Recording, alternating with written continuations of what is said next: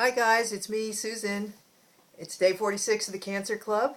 It's good to see you. Um, if you remember yesterday, I posted early because I thought I was going to crash. And crash I did last night with tiredness. I've been feeling tired all day today too. When Cameron and I had a great time at the movies though. I did not crash, thank goodness. During the movie, the Hunger Games was very thrilling and exciting and intense, very intense. I think my heart was still pounding uh, long after we were in the car heading home. Um, but his mother, when she picked him up, she called me this morning and said, you weren't yourself. You weren't yourself, so I just wanted to see how you were feeling. I had started to crash by the time she got there, about 8:30.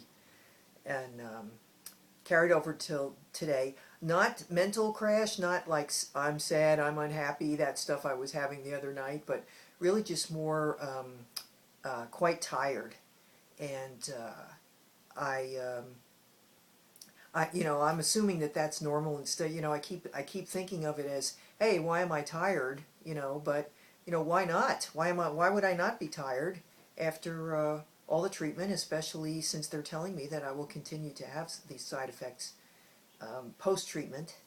I did find out some kind of annoying news today that the first exam I'll be able to have, where they look around and see if Tommy has left, can't be for 8 to 12 weeks. And that really stinks to me because it means 8 weeks that I have to wait and not know. So, I say 8 because I'm definitely going to go there as soon as they possibly will let me, so I'm going to make an appointment for 8 weeks.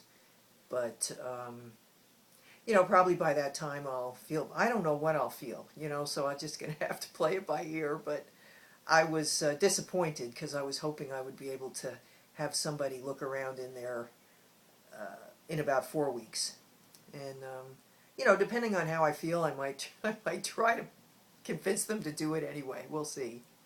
But that was kind of annoying. But I plan to do as much as I can with whatever energy I have, and really go for like I said, enjoying the good days for as long as I can. And if I have a bad day, it's all relative. Today my day was I was tired, but not not feeling all sad or bad or negative. I did want to talk a little bit about an idea that has come up in a couple of different ways. First of all, it's something that people say very often in conversation with each other. They say it to me in sessions when they're describing something that happened. They say, such and such happened, or so and so said this, and it made me feel really bad. Or I'm afraid that I'm going to hurt someone's feelings or make them feel bad. And I know it's almost a what do I want to say? It's almost a cliche to say no one can make you feel anything. You make yourself feel what you feel, and but it's not completely true. But I wanted to say a few more words about it because people will use that as a rationale for holding back, for not maybe trying. You can find a nice way to say something, but if you're ultimately worried about how the other person might feel, so you don't say it, I think that's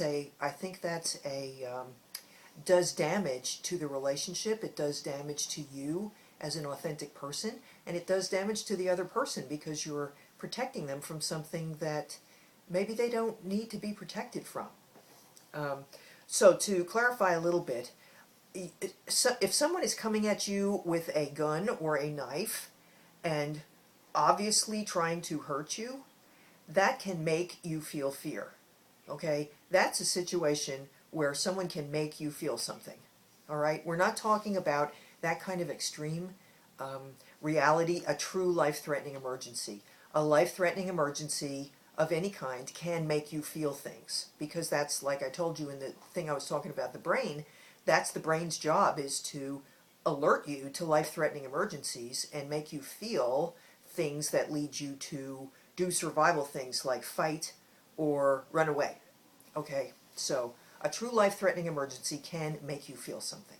But the things that we feel about things that really aren't life-threatening emergency, for instance, I don't know if I should confess this today, but I probably should because it was the most recent thing that happened.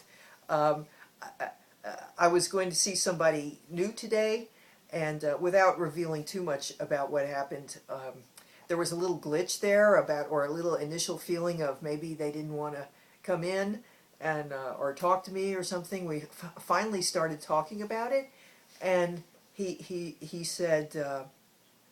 My first impression, he saw me walking in from my car. He was sitting outside the office when I came back from lunch. And he said, my first impression was, it's an old lady. She's not going to understand me at all. Okay, so you can imagine how I felt. But I laughed, I said, I mean, this is a kid. I mean, I am an old lady. But I stayed very calm. But and in my mind, I was really kind of, I mean, I was still listening to him. I totally was fine with what he said. I totally got it. I also know that I have many young adolescent, teenage, and early 20s patients who totally like to talk to me. So my age is not really a detriment once somebody actually listens to me. But this was someone who hadn't even spoken to me yet.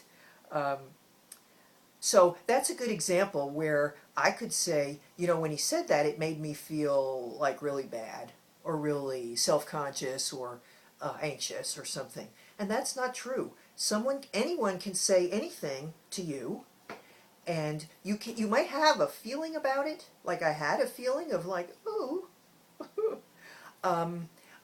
You have a feeling, but then that's when your wise mind helps you to work with that feeling and to mediate. You can't control what you feel, but you can control how you react to that feeling, what you do with that feeling. If someone criticizes you, this goes back to the discussion we had a few days ago about criticism. Whether you criticize yourself or someone else appears to be criticizing you, really they're just giving you feedback. And you feel bad, let's say you feel like a failure or you feel inadequate or you're not perfect or something, all of that is your responsibility. Someone can really be deliberately trying to make you feel bad. People will try to make you feel guilty or bad. But if you actually do, that is completely on your watch. That's your responsibility.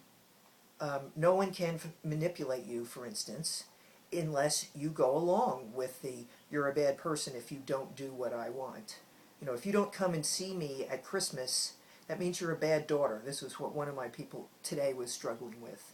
That was the message she was getting from her parent. However, and then she would be defensive and then try to explain all the reasons why she couldn't come, and it went downhill from there. And I suggested, if possible, the next time that a conversation like that happens, for her to ask her parent to tell her more about how it feels. And I said, I know you're not going to want to do that because since you let it make you feel bad, you're not going to want to hear any more about it. But by asking more about it, you're letting it be her feeling, not so much, and actually you're having an intimate conversation really at that moment. But it's not just about you taking on responsibility for how she feels. Her feelings are her own. And that concept, I think, takes a little time to get used to and to really practice and try out. Again, thinking of parents, if you say no to your child and that makes your child unhappy, feel unhappy and express unhappiness, like cry or have a tantrum or something, are you making them do that? No, you're not. But if you believe that you are and you don't want to hurt your child or make them upset, you will gradually learn to not say no if saying no seems to make them feel that way. But really, they're training you to not say no. I mean, they don't know they're doing that, obviously, but that saying no, for instance, to anyone might be the right thing for you to do, but you're not going to be able to think of what's the right thing for me to do if you're more concerned about whether the other person's going to be unhappy with that or not.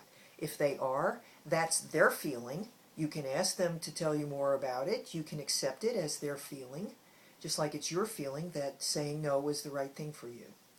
So without belaboring that point anymore, I'm just going to leave you to think about that and to maybe be mindful and notice in your interactions with other people how often that holding back occurs where you're concerned either they're going to be upset with you or they're going to think badly of you or you're going to feel badly that you have caused someone discomfort. Because it's a big scam that we run on ourselves and other people, and it feels really good when you can finally let that go. Okay, I'm at 10 minutes again. I have got to do something about that, and I will one of these days. But in the meantime, I will see you tomorrow. I have some tentative plans for the weekend that I hope to be able to actually do. We'll see how tired I am tomorrow. But that's my intention, is to have a great weekend like I was going to last weekend and didn't feel well enough. So I'll let you all know. In the meantime, I want you to remember to live well, laugh often, and love much. And have a great night, and I will see you tomorrow on the Cancer Club. Bye.